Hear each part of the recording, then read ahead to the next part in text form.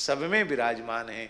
इसे किसी प्राणी से द्वेष नहीं, किसी से बैर नहीं, किसी के प्रति घृणा नहीं, सबके प्रति दया, क्षमा, करुणा और उपकार की भावना रहनी चाहिए। जो दूसरों से द्वेष करता है, भेद दर्शन करता है, प्राणियों से बैर करता है, वो मेरी भक्ति करते हुए भी शांति को प्राप्त नहीं कर पाता है। इसलिए सब प्राणियों में मेरा अनुभव करना यही सबसे श्रेष्ठ ज्ञान है, और सभी प्राणियों में मेरा अनुभव करना यही सबसे श्रेष्ठ भक्ति है। इसलिए क्रोध भरी दृष्टि से किसी को न देखो, सबको स्नेह भरी दृष्टि से देखो। जीवा श्रेष्ठा यजीवानाम ततः प्राणभृत शुभे ततः सचित्ता प्रबरास ततश्चेन्द्रिय वृत्तया तत्रापि स्पर्श वेदिभ्या प्रबरा रस वेदिना तेभ्यो गंध विद श्रेष्ठा ततः शब्द विदो बरा। ये जो अचेतन पदार्थ हैं उनकी अपेक्षा चेतन प्राणी श्रेष्ठ हैं। उनसे श्रेष्ठ प्राण लेने वाले, सांस लेने वाले प्राणी श्रेष्ठ हैं। उनसे श्रेष्ठ इंद्रियों की वृत्ति से युक्त प्राणी हैं। सेंद्रिय प्राणियों में भी स्पर्श करने वाले प्राणियों की अपेक्षा रस का ग्रहण करने वाले मत्स्य आदि उत्कृष्ट हैं। और रसवेत्ताओं की अपेक्षा गंध का अनुभव करने वाले भ्रमर आदि प्राणी श्रेष्ठ हैं। और गंध ग्रहण करने वालों की अपेक्षा शब्द को ग्रहण करने वाले सर्पादि श्रेष्ठ हैं। उनसे भी रूप को ग्रहण करने वाले काकादि श्रेष्ठ हैं। और उनकी अपेक्षा जो ऊपर नीचे दांत वाले हैं वो प्राणी श्रेष्ठ हैं। उनमें भी बिना पैर वाले श्रेष्ठ हैं। बिना पैर वालों से बहुत पैर वाले श्रेष्ठ हैं। बहुत पैर वालों से 4 पैर वाले श्रेष्ठ हैं। और 4 पैर वालों में से भी श्रेष्ठ 2 पैर वाला मनुष्य है। मनुष्य भगवान की सृष्टि का सबसे श्रेष्ठ प्राणी है। मनुष्य श्रेष्ठ है। मनुष्यों में ततो वर्णास्य चत्वारस्तेषां ब्राह्मण उत्तमा। मनुष्यों में 4 वर्ण हैं, ब्राह्मण, क्षत्रिय, वैश्य, शूद्र। उनमें ब्राह्मण उत्तम है। ब्राह्मणों में जो वेद को जानने वाला वेदज्ञ ब्राह्मण श्रेष्ठ है। वेदज्ञों में भी वेदों का परम तात्पर्य जानने वाला ब्राह्मण श्रेष्ठ है।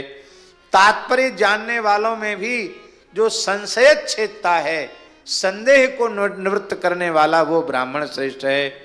और उनसे भी वर्णाश्रमोचित अपने धर्म का निष्काम भाव से पालन करने वाला श्रेष्ठ है।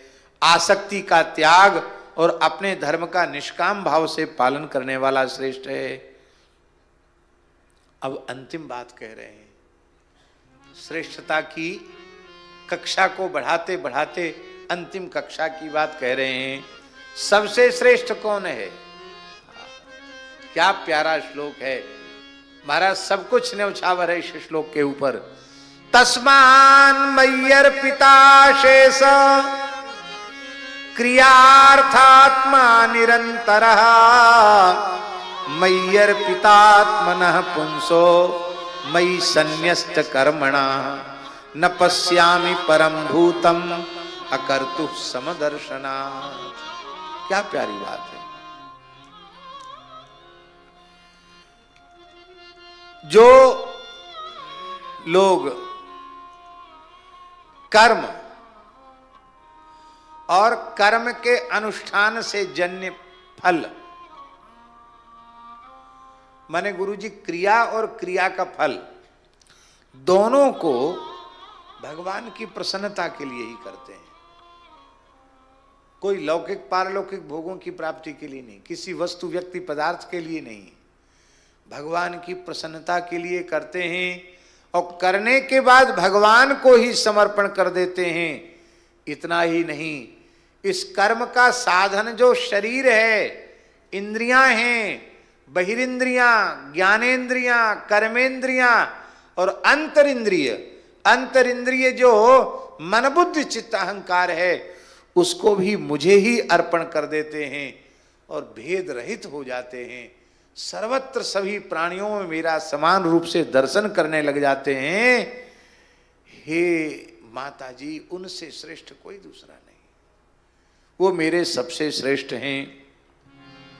मुझ में चित्त कर्म समर्पण करते अकर्ता समदर्शी पुरुष, अकर्ता समदर्शी पुरुष से बढ़कर के मुझे अपनी सृष्टि में कोई दूसरा प्राणी नहीं दिखाई पड़ता है। इसका तात्पर्य है कि इस कोटि के भक्त के साथ भगवान का अभेद हो जाता है। यदि हम ये कहें कि ऐसे भक्त का दर्शन भगवत दर्शन के तुल्य है, तो इसमें कोई अतिशयोक्ति या अन्यथोक्ति नहीं है, ये यथार्थोक्ति है। ऐसे शुद्ध भक्त के दर्शन का फल साक्षात भगवत दर्शन है। और यदि इससे आगे हम कहें तो भगवान के दर्शन का भी फल ऐसे विशुद्ध भक्त के दर्शन का फल है। भगवत दर्शन का तही कर फल पुनि दरस तुम्हारा, सहित प्रयाग सुभाग हमारा। महर्षि भरद्वाज कह रहे हैं, हमने निष्काम भाव से जो साधन किए थे उनका फल हे श्री राम लक्ष्मण सीता जी आपके दर्शन के रूप में मिला।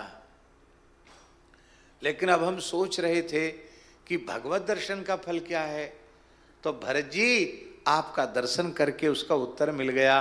राम जी के दर्शन का फल है, हे भरत आप जैसे निष्काम प्रेमी समदर्शी संत का दर्शन, ये भगवान के दर्शन का भी फल है। बोलो भक्तवत्सल भगवान की जय।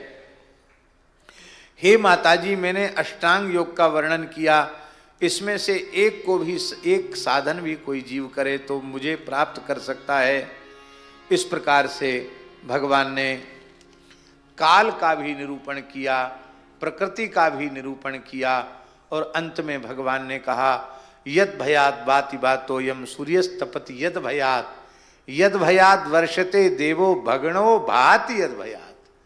जिनके भय से सूर्य बह रहा है, जिनके भय से सूर्य तप रहा है, जिनके भय से देवराज इंद्र वर्षा कर रहे हैं, जिनके भय से नक्षत्र आकाश में चमक रहे हैं, जिनके भय से वनस्पतियां भीत होकर के, लताएं औषधियां डर करके अपने अपने कार्य में लगे हुए हैं, समय पर पत्र पुष्प फल आदि दे रहे हैं, नदियां जल दे रही हैं, समुद्र अपनी मर्यादा का अतिक्रमण नहीं कर रहा है। कहते हैं वह काल रूप परमात्मा मैं ही हूं। बोलो भक्तवत्सल भगवान की जय। और इस मुझ परमात्मा के, कालात्मा विश्वात्मा परमात्मा के चरणों का आश्रय शरणागति, यही जीव को अभय पद दे सकती है, और कोई दूसरा अभय पद देने में समर्थ नहीं है। अभी 30वें अध्याय में और 31वें अध्याय में बड़ा सुंदर वर्णन है। फिर 32वें अध्याय में धूम्र मार्ग अर्चिरादि मार्ग का वर्णन है, और फिर भक्ति की उत्कृष्टता का वर्णन है, और अंत में भक्ति की उत्कृष्टता का वर्णन करने के बाद भगवान ने अपने प्रवचन को संपन्न किया है। ये जो कथा है 7 दिन तो पूरे हो गए, कम से कम 3-4 दिन की कथा अभी और है, तब होगा कपिलोपाख्यान। जैसे चल रहा है उस विधि से, और यूं तो भागवत के सप्ताह में तो 10-5 मिनट में कपिलोपाख्यान हो जाता है, हम ही कर देते हैं, 2-5 मिनट में हम ही कर देते हैं। लेकिन इस पद्धति से जैसे एक एक श्लोक के भाव का अनुभव करते हुए स्मरण किया जा रहा है, इस पद्धति से अभी कम से कम 3-4 दिन कथा और चले तब कपिलोपाख्यान होगा। और घड़ी कह रही है कि आज दिन भर सब थके हुए हैं, 8:20 होने जा रहा है, अधिक आगे बढ़ने की सलाह नहीं दी जा सकती है, हैं?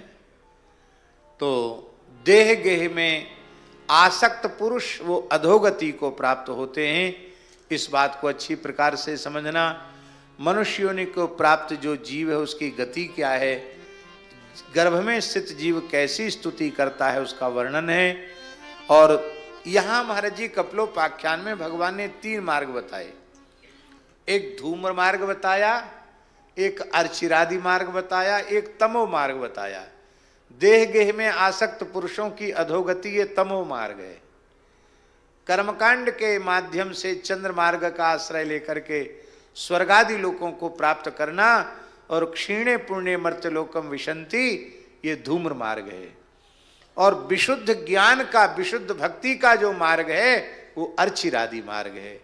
इस अर्चिरादि मार्ग से शुद्ध भक्त, शुद्ध ज्ञानी, शरणागत भक्त भगवान के उस धाम को जाते हैं जिस धाम के संबंध में श्रुति भगवती कह रही है न स पुनरावर्तते, न स पुनरावर्तते। लौट करके फिर वह जीव इस दुख में, संसार चक्र में नहीं आता है। जब कोई जीव अपने देह का त्याग करता है भगवत भक्त, तो तीनों लोकों में उत्सव मनाया जाता है। उसका मरण भी महोत्सव हो जाता है। क्या? मरण शोक नहीं होता, मरण महोत्सव हो जाता है। श्री चैतन्य महाप्रभु जी की परंपरा में, गौड़ीय परंपरा में, गुरु जी विरक्त संतों को जब जल समाधि देते हैं तो जिस दिन जल समाधि होती है उसके ठीक दूसरे दिन एक उत्सव होता है। अब कर्मकांड की दृष्टि से आप देखेंगे तो कहेंगे ये क्या, अभी तो 10 दिन 12 दिन 13 दिन नहीं हुए और ये मालपुआ खाना शुरू कर दिया, ये क्या मतलब हुआ?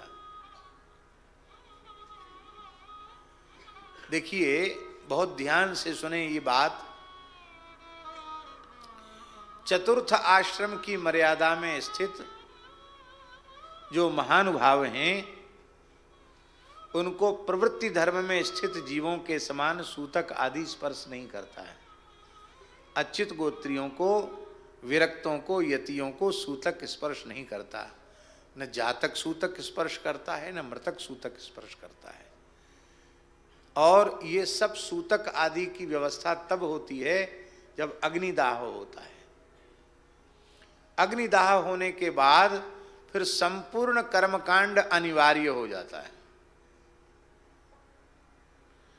और गृहस्थ पुरुष का अग्निदाह ही होना चाहिए, किंतु चतुर्थाश्रमी का, विरक्त का, साधु सन्यासी वैष्णव का अग्निदाह नहीं होना चाहिए। उपलब्ध न हो जल तो भूमि में शरीर को विराजमान कर देना चाहिए, और नहीं तो उत्तम किसी पवित्र गंगा यमुना आदि नदी के जल में प्रवाह करना चाहिए। हमारे श्री अयोध्या जी में सभी विरक्त संतों को शरयू जल में ही समाधि दी जाती है।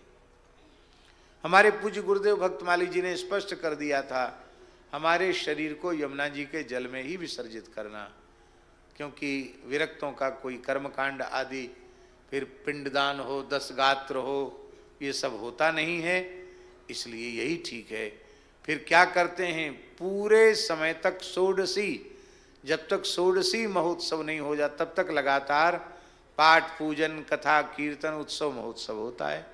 उसमें कोई थोड़ा होता कि सब लोग बैठ के लोग रोएं। क्यों रोएंगे, किसके लिए रोएंगे? तो श्री चैतन्य महाप्रभु की परंपरा में राम जी एक उत्सव होता है, उसका नाम है कांदा महोत्सव। भक्त को कंधा दिया तो उत्सव मनाओ। नामाचार्य श्री हरिदास ठाकुर ने अपने देह का विसर्जन कर दिया तो श्री चैतन्य महाप्रभु उनके देह को लेकर नाचने लगे। स्वयं उनको कंधे पर ले जाकर के उनको समाधिस्थ किया महाप्रभु श्री चैतन्य देव ने, और स्वयं उनका कांधा उत्सव महाप्रभु जी ने किया। अपने जीवन में कभी स्वयं भिक्षा नहीं मांगी, पर पुरी में अपने काशाय उत्तरी को फैला करके भिक्षा मांगी और उससे भंडारा किया, उत्सव किया। आज भी उस परंपरा में, विरक्त संतों की परंपरा में खूब हरिबोल हरिबोल कीर्तन करते हुए यमुना जी में ले जाते हैं, और वहां से लौट के आते हैं तो खूब कीर्तन करते हैं सब भद्र होकर के, और वस्त्र और मालपुआ सबको प्रसाद, कांधा उत्सव दिया, खूब कीर्तन करते, झूम करके कीर्तन करते हैं। और उस कांदा उत्सव के प्रसाद की बड़ी महिमा का वर्णन किया जाता है। अमुक सिद्ध संत भगवान के धाम को गए हैं, उनके उत्सव का प्रसाद है ये। बोलो भक्तवत्सल भगवान की। यहीं से उत्सव शुरू हो जाता है। जब वह भाग्यशाली जीव, महाराज जी पुराणों में वर्णन है गुरु जी, जब वो भाग्यशाली जीव यमलोक होकर के जाता है, यमलोक होकर सबको जाना पड़ता है क्यों, मार्ग वही है, तो यमराज अपने आसन से उठकर खड़े हो जाते हैं। धर्मराज यमराज अत्यंत सौम्य रूप में दर्शन देते हैं, उनके अर्घ पाद्य आदि निवेदित करते हैं, मधुपर्क देते हैं, आरती उतारते हैं और कहते हैं आपका धरती पर जन्म लेना सफल हुआ, क्योंकि भयंकर यमदंड से मुक्त होकर के आप भगवान के नित्य धाम को जा रहे हैं। और यमराज स्तुति करते हुए उसको स्वर्ग तक ले जाते हैं। स्वर्ग में देवराज इंद्र आदर करते हैं। देवराज इंद्र इंद्रासन छोड़कर खड़े हो जाते हैं और कहते हैं हमने 100 अश्वमेध यज्ञ किए तब इंद्रासन प्राप्त किया, लेकिन हम पुण्य भोग करने के बाद नीचे गिरेंगे, और आप उस धाम को जा रहे हो जहां जाने के बाद नीचे गिरने का भय समाप्त हो जाता है, इसलिए आप तो हमसे भी श्रेष्ठ हो। देवराज इंद्र स्तवन करके महरलोक तक उसको ले जाते हैं, और महरलोक निवासी जो प्रजापति हैं वो उनका स्तवन करते हुए कहते हैं भक्त का कि आज हमारा प्रजापतित्व सार्थक हो गया, क्योंकि आप यहाँ तक आ गए और मेरे लोक का भी अतिक्रमण करके आप भगवान के धाम को जाने वाले हैं। फिर जनलोक में जहाँ सनकादिक ऋषि निवास करते हैं, वो जनलोकवासी ऋषि वे भी उस भक्त की स्तुति करते हैं गुरु जी कि धन्य हो तुम जनलोक को भी अतिक्रमण करके तपलोक को जाओगे, तपलोक का भी अतिक्रमण करके सत्यलोक को जाओगे, और सत्यलोक का भी अतिक्रमण करके त्रिपाद विभूति भगवान के नित्य वैकुंठ गोलोक साकेत को प्राप्त करोगे, तुम्हारा जीवन धन्य है। तो वे जनलोक के ऋषि तपलोक तक ले जाते हैं, तपलोक के ऋषि सत्यलोक ब्रह्मलोक तक ले जाते हैं, और जब वह जीव ब्रह्मलोक में जाता है तो ब्रह्मा जी भी उठकर उस जीव का आदर करते हैं और उसको प्रेम से गुरुजी अपनी गोद में बिठा लेते हैं और कहते हैं कि ब्रह्मा भगवान ने जो सृष्टि करने की मुझे आज्ञा दी थी आज वह पूर्ण हो गई, क्योंकि मेरी सृष्टि का एक जीव मेरे लोक को भी लांघ करके भगवान के धाम को जाने वाला है। आप ब्रह्म भुवनाल लोका पुनरावर्तिनोर्जुन, ब्रह्मलोक तक जाकर के नीचे आना पड़ेगा, भगवान के धाम में जाने के बाद लौटकर आना नहीं पड़ेगा। ब्रह्मा जी स्तुति करते हैं और इसके बाद वो जब भगवान के नित्य धाम को जाता है तो सबसे पहले धाम की प्रकृति मंडल की सीमा का जब पूरी तरह अतिक्रमण कर लेता है, स्थूल शरीर यहीं नष्ट हो जाता है, कारण सूक्ष्म शरीर जाते हैं, पर जैसे ही गुरुजी वह विरजा स्नान करता है, विरजा स्नान, ये यमुना जी ही विरजा हैं गोलोक के बाहर बहने वाली, श्री सरयू जी ही विरजा हैं साकेत के बाहर बहने वाली, इन विरजा में जब वह स्नान करता है जीव, तो गुरुजी विरजा स्नान करते ही उसका सूक्ष्म और कारण ये दोनों शरीर निवृत्त हो जाते हैं। जब सूक्ष्म और कारण की भी निवृत्ति हो जाती है तब उनकी उपासना भावना के अनुसार उसको सिद्ध देह प्राप्त हो जाती है। अब वो देह चाहेगा तो देह मिलेगी, देह नहीं चाहेगा तो भगवान में लीन होकर मुक्त हो जाएगा, और नहीं तो वो अपनी उपासना भावना के अनुसार भगवान का दास दासी सखा सखी जो कुछ भी भाव भगवान के प्रति रखता है उस भाव के अनुसार उसको पार्षद देह की प्राप्ति हो जाती है। और जब पार्षद देह की प्राप्ति पार्षद स्वरूप से जब वो भगवान के धाम में जाता है तो वैकुंठ से पुष्पों की वर्षा होने लग जाती है, जय जयकार करते हैं भगवान के धाम के निवासी। और वहां महाराज जी दो का दर्शन होता है, एक स्वाचार्य का, स्वाचार्य माने अपने श्री सदगुरु भगवान का दर्शन होता है, जिनके द्वारा बताए गए साधन पथ पर चलकर जीव इस दुर्लभ अवस्था को पहुंचा है, वो अपने पूज्य गुरुदेव का दर्शन होता है। और दूसरे किसका दर्शन होता है? गुरु परंपरा के जो मूल आचार्य चरण है उनका दर्शन होता है। जैसे कोई श्री रामानंदीय परंपरा का साधक है तो उसके गुरुजी उसको दिखा, एक बायां हाथ गुरुजी पकड़ लेंगे और दाहिना हाथ श्री रामानंदाचार्य जी पकड़ लेंगे। चलो अब हम ठाकुर जी से तुमको मिलाते हैं। जब वहाँ श्री रामानुज संप्रदाय का वैष्णव है तो उसके गुरुदेव बाईं और दाहिनी ओर श्री भगवान भाष्यकार रामानुजाचार्य जी रहेंगे और जीव को भगवान नारायण के चरणों में ले जाएंगे।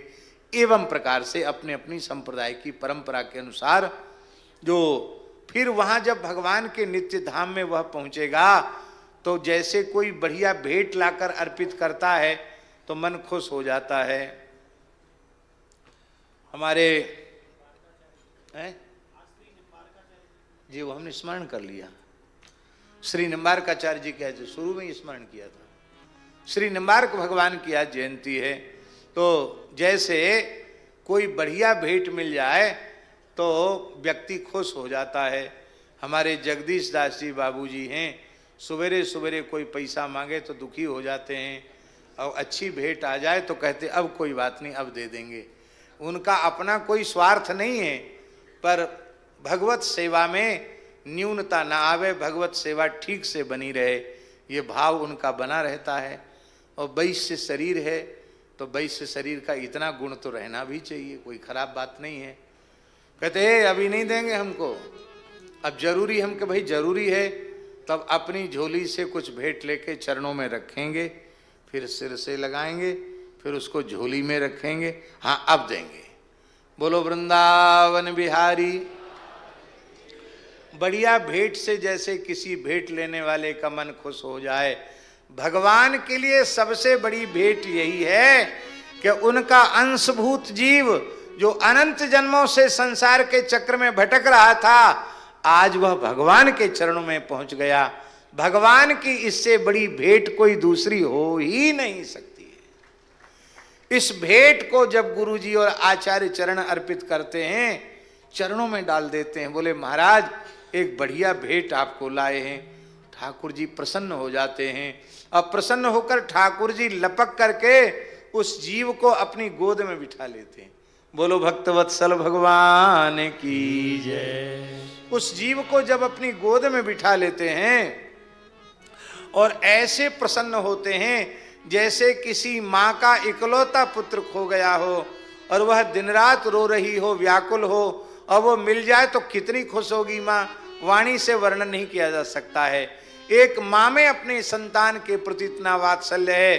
भगवान वात्सल्य गुण के समुद्र हैं, उनका जीवों के प्रति कितना वात्सल्य है ये अनिर्वचनीय है। उनके वात्सल्य का व्याख्यान संभव नहीं है।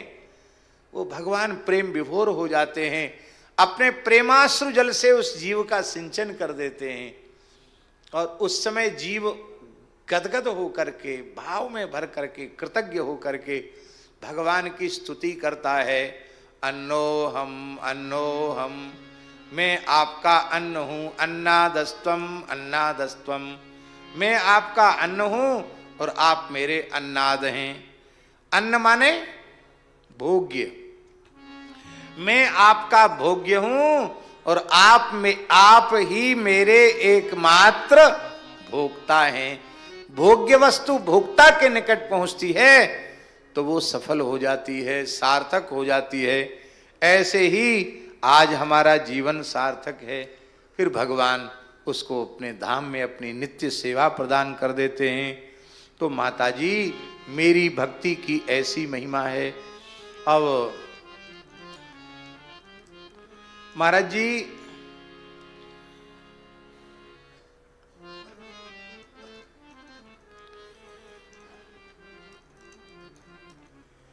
कपिलोपाख्यान की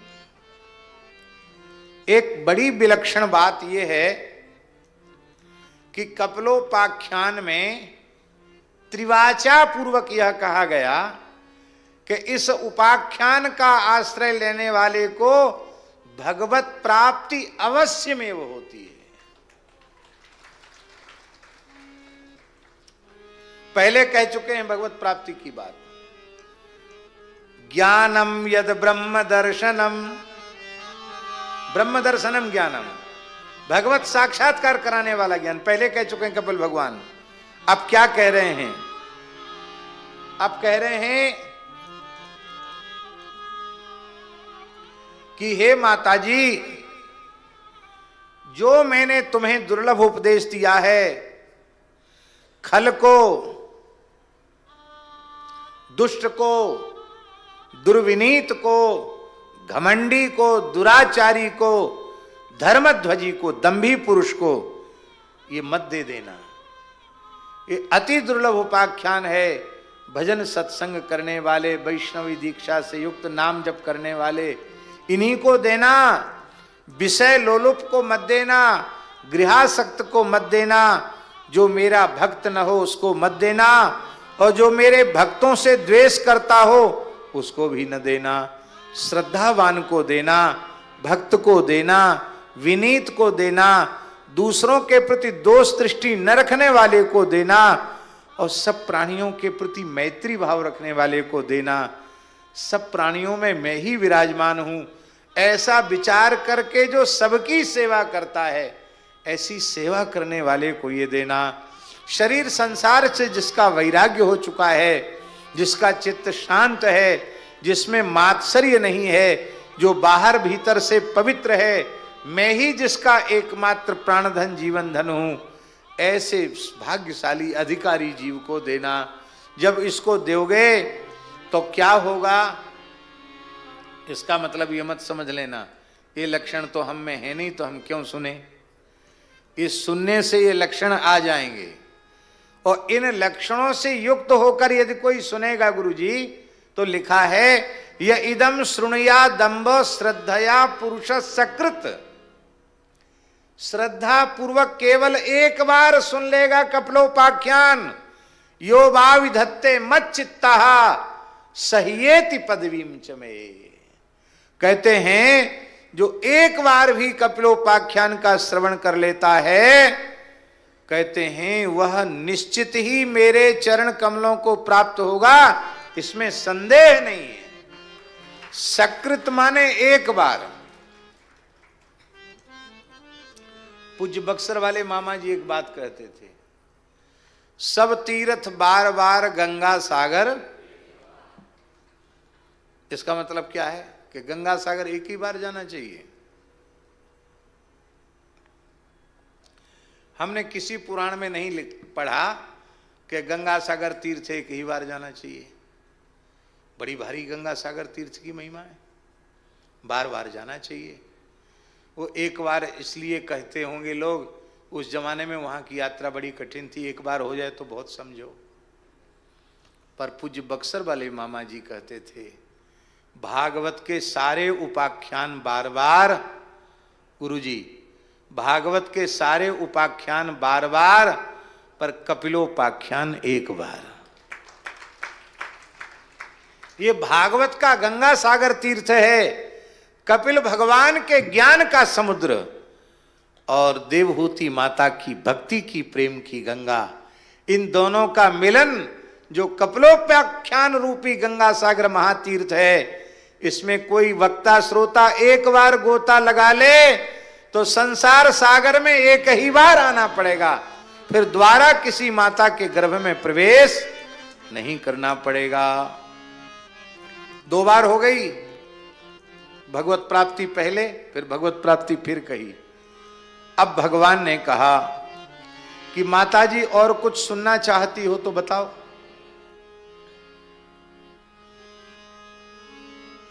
माताजी बोली अब तो समझ में आ गई बात, अब ज्यादा सुनने की जरूरत नहीं है। क्या समझी? क्या समझ में आया? बोले हमें सब कुछ सुनने के बाद आपके नाम की महिमा समझ में आ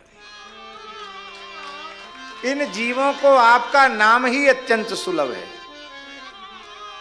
अहो बतस्वपचोतो गरीयान यज्ञ हुआग्रे वर्तते नाम तुभ्यम। ते पुस्तपस्ते जुहुबुहु सस्नुरार्या ब्रह्मानुचुर्नाम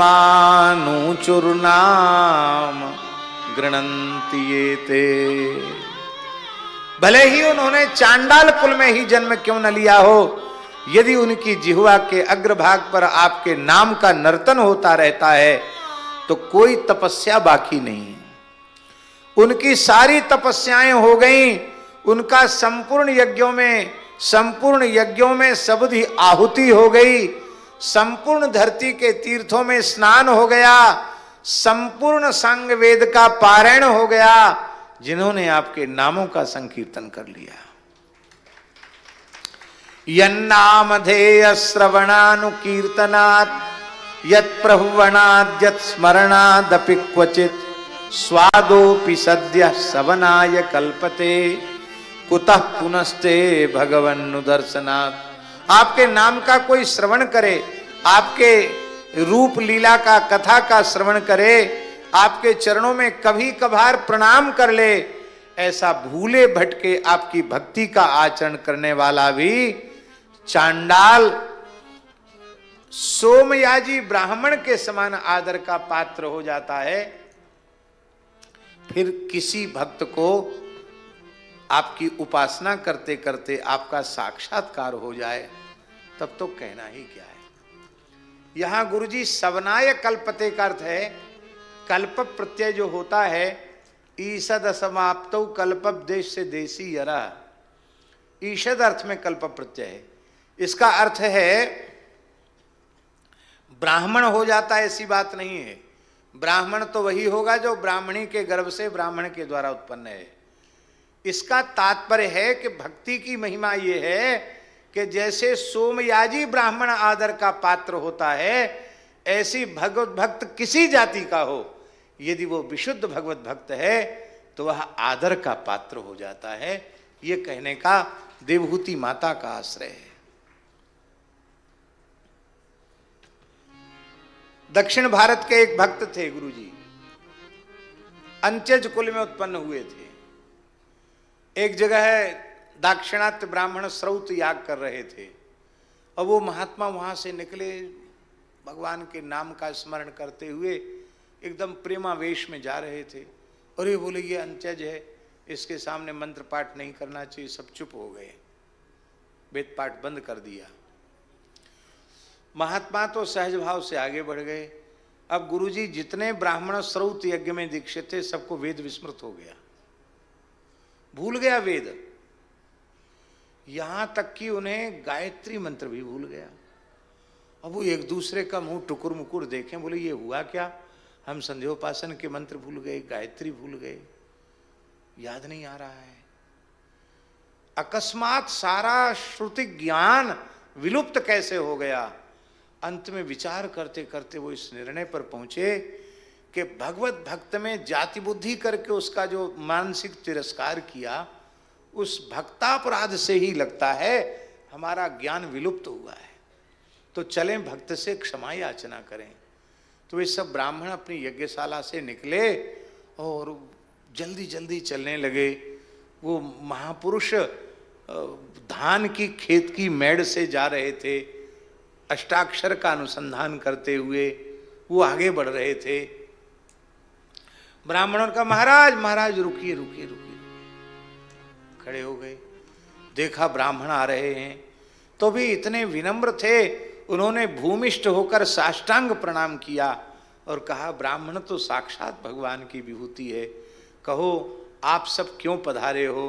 अरे बोले महाराज बड़ी समस्या है, हमारा वेद ज्ञान लुप्त हो गया है, लगता है आपके प्रति हीन बुद्धि करने से हमारा ज्ञान लुप्त हुआ है, तो आप कृपा करो। बोले महाराज हमने कोई आपके लिए कोई दूषित संकल्प नहीं किया, हम तो भगवत कृपा से संकल्प विकल्प से सुने हैं, आपके संकल्प की बात आप जाने, पर आप लोग दुखी न हो।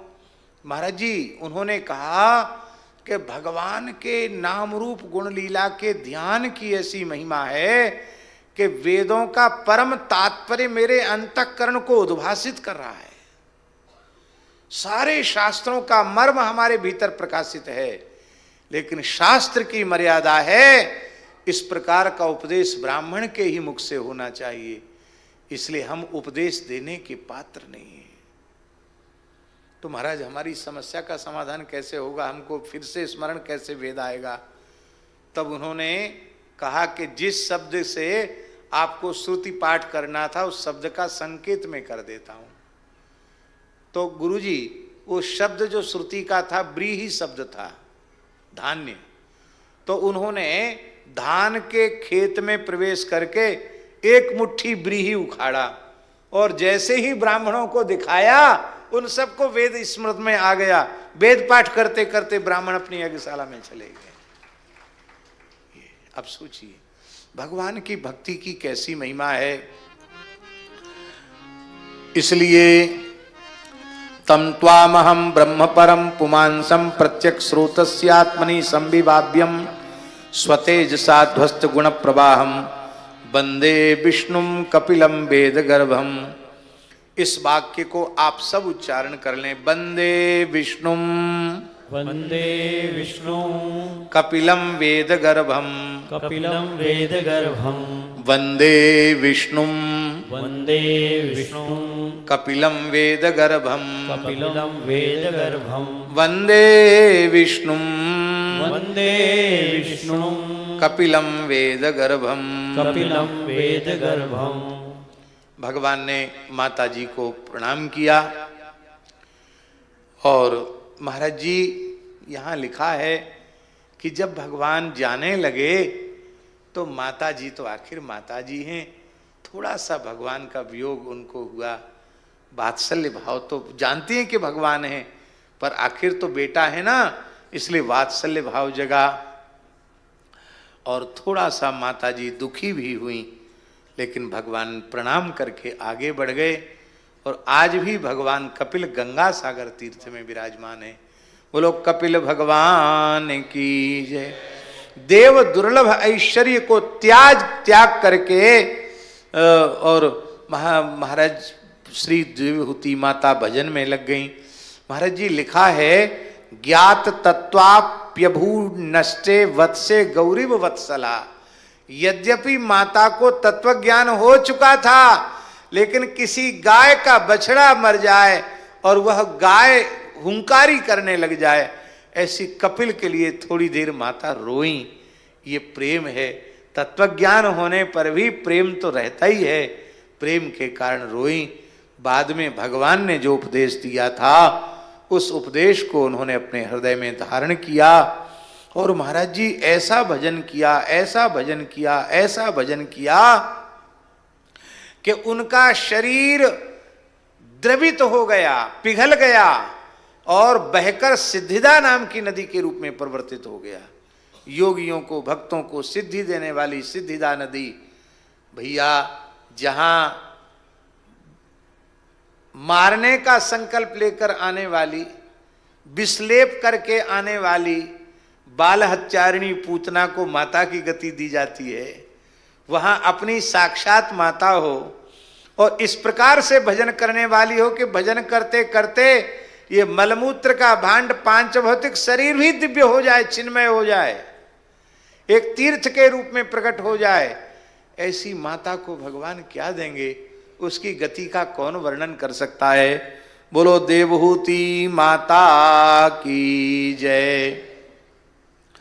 कहते हैं अब अंतिम तीसरी बार है, दो बार कह दिया भगवत प्राप्ति की बात, अब तीसरी बार कह रहे हैं य इदम अनुसृणोति यो विधत्ते कपिल मुनेर मतमात्म योग गुह्यम भगवती कृतधी सुपर्ण केतावुपलभते भगवत पदार विंदम।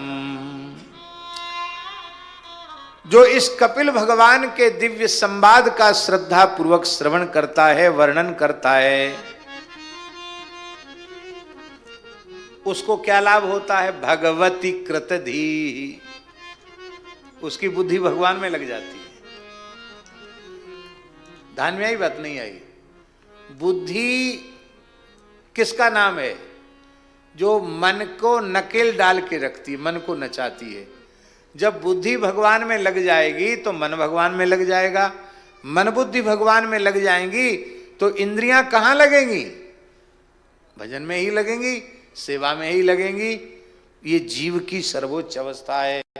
कहते हैं फिर क्या होता है जब इस प्रकार से मुझ में मन बुद्धि लग जाती है तो एक बड़ा सुंदर भाव है, पूज्य गुरुदेव भक्तमाली जी का दिया हुआ। बोले सुपर्ण केता उपलब्धते, कहने का क्या अर्थ है? महाराज जी का दिया हुआ भाव। बोले और जो साधन करके भगवान को प्राप्त कर रहे हैं उनके लिए भगवान अपने पार्षदों को भेजेंगे लेने के लिए, लेकिन गरुड़ की ध्वजा से चिन्हित ध्वजा तो केवल भगवान की ही है। भगवान का नाम गरुड़ ध्वज है। वो गरुड़ ध्वज भगवान के द्वारा उपदिष्ट कपिलोपाख्यान के अनुसार जो साधन करके भगवान को प्राप्त करता है उसको लेने के लिए भगवान अपने पार्षदों को नहीं भेजते, स्वयं भगवान लेने के लिए आते हैं। ये सुपर्ण केतु उपलब्धते, सुपर्ण केतु गरुड़ ध्वज भगवान उनके चरणार बिंदों को प्राप्त कर लेता है, भगवान की नित्य सन्निधि प्राप्त कर लेता है। भले ही हम लोग भागवत में और चीज बहुत संक्षेप से कह पाए हों, लेकिन हमारे मन को बहुत संतोष है कि कथा से तो संतोष कभी जीवन में होना नहीं है, जीवन भर कहते चले जाओ, इसमें तो और अधिक रस और प्यास बढ़ती चली जाती है। पर हमें इसलिए बहुत संतोष है कि वस्तुतः भागवत की कथा ऐसी ही होनी चाहिए। भले ही एक ही उपाख्यान हुआ है? 2-3 दिन और होता तो और अच्छा होता है, लेकिन वस्तुतः अब कुछ सुनने समझने की, ज्यादा विचारने की जरूरत नहीं है। जितना भगवान की प्रेरणा से कहा गया है उसको मानकर भजन में लग जाने की आवश्यकता है। यह शरीर अंतिम शरीर होगा, यह जन्म अंतिम जन्म होगा, इसमें संदेह नहीं। पूज्य सदगुरुदेव भगवान श्री भक्तमाली जी को कपिलोपाख्यान बहुत प्रिय था। 6-6 महीना 2 बार गंगा सागर कपिल मुनि के पुजारी भगवान गुरु जी रहे, क्योंकि जो हनुमानगढ़ी में हनुमान जी की पूजा 6 महीना करता है उसको फिर 6 महीने की सेवा गंगा सागर में मिलती है कपिल भगवान की। तो महाराज जी 6-6 महीने 2 बार महाराज जी ने कपिल भगवान की पूजा की गंगा सागर में रह करके। ये 1955-56 की बात है, और उस समय महाराज जी कपिल भगवान की सेवा करते हुए पूरे कपिलोपाख्यान का नित्य कंठस्थ पाठ करते थे। इसलिए कपिलोपाख्यान उनको बहुत अधिक प्रिय था। उनके जीवन के अंतिम क्षण में इस दास को उन्हें कपिलोपाख्यान सुनाने का अवसर मिला। और दूसरी बात हम निवेदन करें, हमारी जन्मदात्री पूज्या माता जी को भी पूज्य गुरुदेव के समान ही यह कपिलोपाख्यान बहुत प्रिय था। तो हमने पहले से तो कोई सोचा नहीं था कि हम क्या सुनाएंगे, लेकिन यहाँ पहले दिन बैठकर मंगलाचरण करते ही अपने आप पूज्य सद्गुरु भगवान की प्रेरणा से और वंदनीय माता जी की प्रेरणा से भाव जगा कि दोनों को ही यह उपाख्यान प्रिय है, हम सबके लिए परम कल्याणकारी है। तो क्यों ना इसी को माध्यम, इसी का आश्रय लेकर के हम लोग अपना कालक्षेप करें, जीवन जन्म सार्थक हो। श्री सद्गुरु भगवान के चरणों में, वे ही इस कथा के प्रधान श्रोता मनोरथी यजमान हैं। अब यजमान सबको दक्षिणा देता है, देता कि नहीं? तो श्री गुरुदेव यजमान हैं, उनसे हम सबको दक्षिणा चाहिए। वक्ता को भी दक्षिणा चाहिए, जितने श्रोता हैं उन सबको दक्षिणा चाहिए। जो यहाँ बैठ के सुन रहे हैं उनको तो चाहिए, जो आधुनिक विज्ञान के माध्यम से दूर दूर तक बैठ के सुन रहे हैं उनको भी चाहिए। क्या चाहिए आपके मन की आप जाने, हम निर्धारित कर रहे हैं। हे गुरुदेव भगवान, कपिलोपाख्यान में जो हम लोगों ने कहा सुना है वो हम लोगों के जीवन में उतर जावे, यही दक्षिणा हम लोगों को चाहिए और हमको दूसरी दक्षिणा नहीं चाहिए। बस प्रभु इन्हीं शब्दों के साथ विराम। 10वें स्कंध में गिरिराज पूजन तक का प्रसंग हो चुका है। बड़ी सुंदर सुंदर लीलाएं हैं। प्रधान रासलीला है, मथुरा लीला है, फिर द्वारिका लीला है, 11 में भगवान की संवरण लीला है, उद्धव जी को उपदेश देने वाली लीला है, 12वें स्कंध में